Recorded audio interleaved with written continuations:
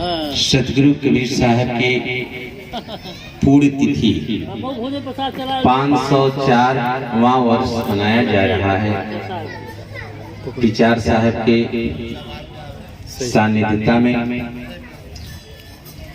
आज का वो दिन आज के ठीक 504 वर्ष पहले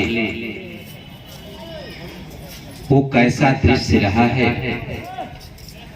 उस पर चर्चा चलेगी, वर्णन चलेगा। उसके पहले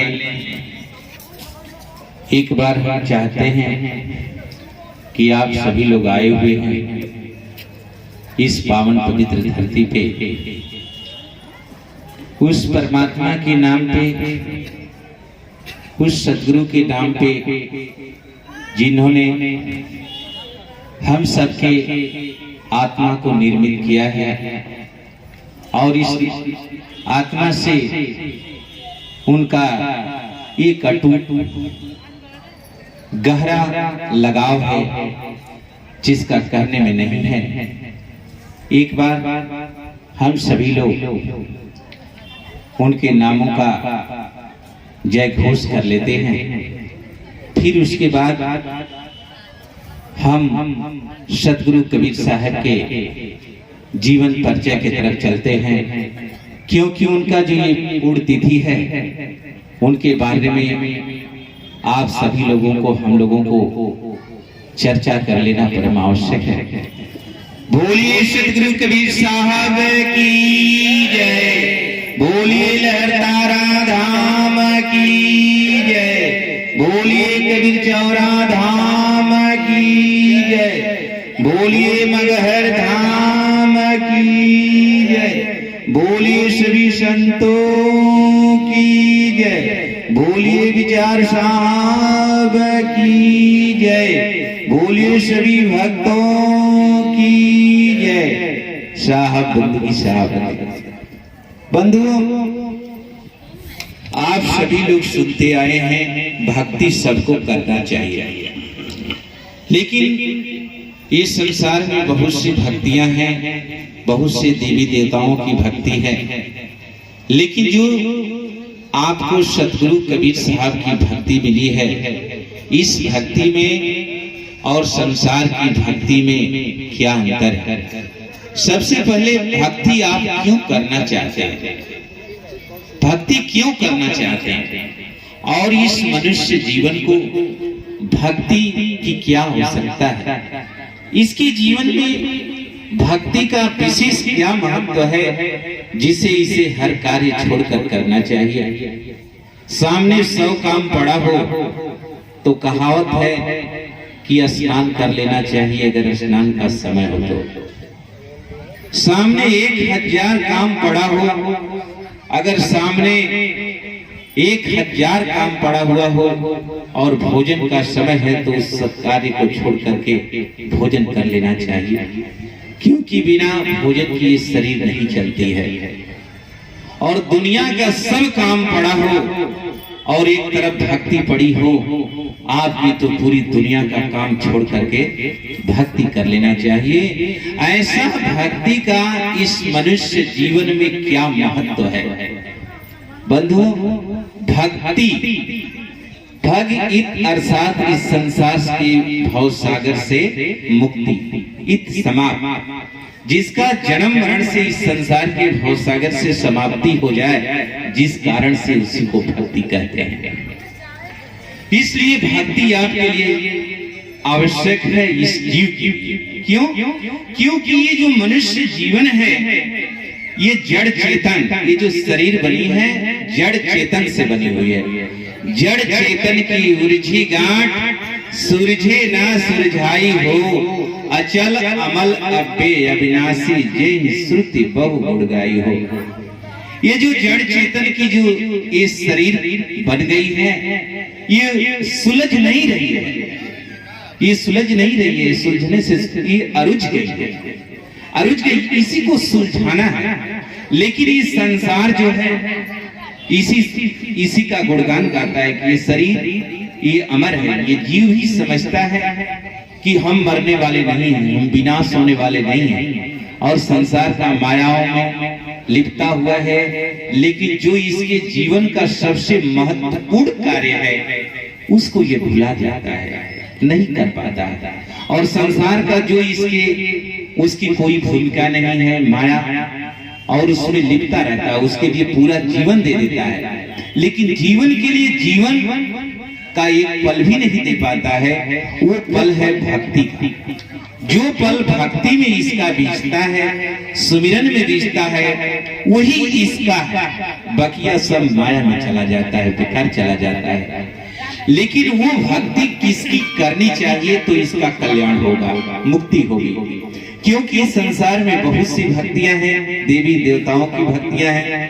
आपके पास कोई प्रश्न रख देगा कि सतगुरु कबीर साहब की भक्ति में ऐसा क्या है जो संसार के देवी देवताओं ब्रह्मा विष्णु महेश की भक्तियों में नहीं मिलता है, ऐसा क्या? क्योंकि बहुत सी भक्तियां हैं और आप लोगों को जवाब देने में बड़ा परेशानियां आती हैं और कहते हैं कि भाई ये कलयुग से भक्ति है, 500 वर्ष की भक्ति है और देवी देवताओं ब्रह्मा विष्णु महेश की भक्ति तो बड़े सतयुग से चली जा रही है, जब से धरती है तब से चली जाती है। लेकिन बंधुओं नहीं, ये धरती के पहले से भी सतगुरु की भक्ति हो रही है और होती रही है, इसका आदि अंत नहीं है। संसार के 3 लोग की भक्ति का आदि है और उसका अंत भी है, उस भक्ति से मुक्ति नहीं है। लेकिन सतगुरु कबीर साहब की भक्ति से आपकी मुक्ति कैसे? क्योंकि ये भक्ति करेंगे तो आपको जन्म मरण में जाना नहीं पड़ेगा। क्यों नहीं पड़ेगा? क्योंकि संसार की जितनी भक्तियां हैं, जितने देवी देवताओं की भक्तियां हैं, उनकी शरीर 5 तत्व 3 गुण की बताई गई। लेकिन सतगुरु कबीर साहब की जो शरीर पाई गई वो 5 तत्व 3 गुण की नहीं थी। पानी से पैदा नहीं, श्वासा ना ही शरीर, कछ आहार करते नहीं, ताकर नाम कबीर। वो 5 तत्व 3 गुणों से उनकी शरीर नहीं थी। जैसे हमारी आपकी शरीर है वैसे सतगुरु कबीर साहब की शरीर नहीं थी।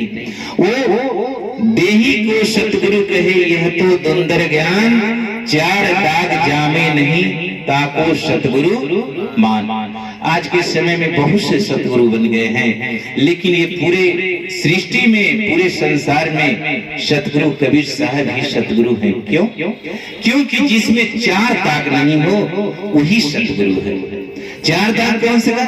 जिसमें जन्म मरण का दुख न हो, जिसकी पत्नी न हो, ये दुख उसमें न हो, और जो अन्न आहार, जो भोजन न करता हो, ऐसा जो गर्भ से न आया हो, जन्म मरण से अलग हो, जिसकी पत्नी न हो और अन्न आहार भोजन न करता हो, और ऐसा जो शरीर से अलग है वो सतगुरु है।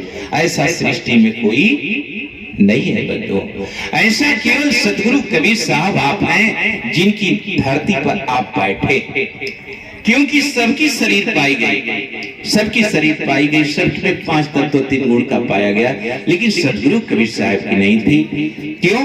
क्योंकि ये लहरतारा तालाब में जब प्रकट होते हैं, जिस मुहूर्त में, जिस समय, उस समय कमल के फूल पर नीरू नीमा ने प्राप्त किया है। बंधुओं, सतगुरु साहब को नीरू नीमा ने कमल के फूल पर प्राप्त किए हैं। विचार करने योग्य बातें हैं कि कभी भी बालक जब जन्म लेगा तो कम से कम 1 किलो 1.25 किलो का जरूर होगा, इससे कम का नहीं होगा। लेकिन एक फूल पर रुक नहीं सकता है। लेकिन सतगुरु कबीर साहब की जो शरीर थी, कमल के फूल पर नीरू नीमा ने प्राप्त किया, और वह भी एक रामानंद के शिष्य अष्टानंद के सामने। ऐसे समय पर इसी को साहब कहते हैं, हम अभिगत इस बात को प्रमाण में बहुत से विद्वानों ने लिख रखा है कि उनकी पत्नी थी, उनके बच्चे थे, क्या क्या लिख रखा है, लेकिन उनको इस बात का जीवनी के बारे में पता नहीं है, अपने अपने मन से लिख रहे हैं। लेकिन ये सतगुरु कबीर साहब स्वयं अपने वाणियों से बताते हैं कि हम कैसे आए। क्योंकि पूरे संसार की बात को वो बताएं तो उनकी बात को क्या हम बताएंगे? नहीं जान सकते।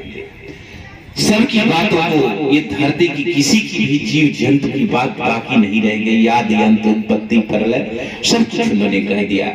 जैया कृतम ना होता धरती होती न नीर, और उत्पत्ति प्रलय ना होता तब की कहे कबीर। सतगुरु कबीर साहब उस समय की बात बताए जब सृष्टि नहीं थी, तब वो कहां थे, कैसे थे, उस समय की भी वो बात बताए और आज की भी बात बताते हैं और आने वाले समय की भी बात बताते हैं। तो उनके विषय में क्या हम और आप लिखेंगे? उन्होंने स्वयं बताया है अपने जीवनी के बारे में। हम अविगत से चले आए, भेद मरम नहीं कोई पावे, ना हम जन्मे गर्भ बसेरा बालक होई दिखलावे।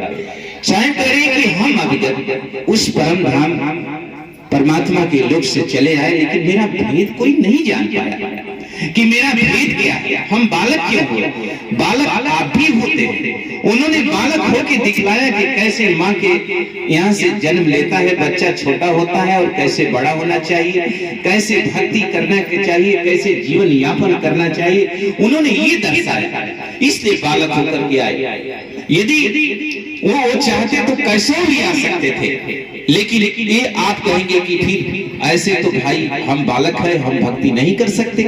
लेकिन आपको भक्ति को आपके जीवन में दर्शाने के कारण उनको ऐसे बालक रूप में आना पड़ा कि जिससे आप लगे कि भाई सभी लोग बालक होकर के आते हैं, सब लोग भक्ति करेंगे। नहीं तो ऐसे आते रूप में और आकाशवाणी बोल देते तो कहते भाई वो तो आकाशवाणी बोले हैं, सबके बस की बात भक्ति नहीं है, वो ज्ञान ग्रहण नहीं हो। कोई जानवर बन के आए तो भी आप भक्ति नहीं उनकी ग्रहण कर सकते, लेकिन बालक होकर बने क्योंकि ये मनुष्य ही भक्ति कर सकता है, एक ऐसी शरीर है, इसलिए बालक होकर के आता है। और जैसे जैसे ये बड़ा होता है वैसे वैसे सतगुरु कबीर साहब उससे गुरु के पास कैसे जाना चाहिए, समाज में कैसे रहना चाहिए और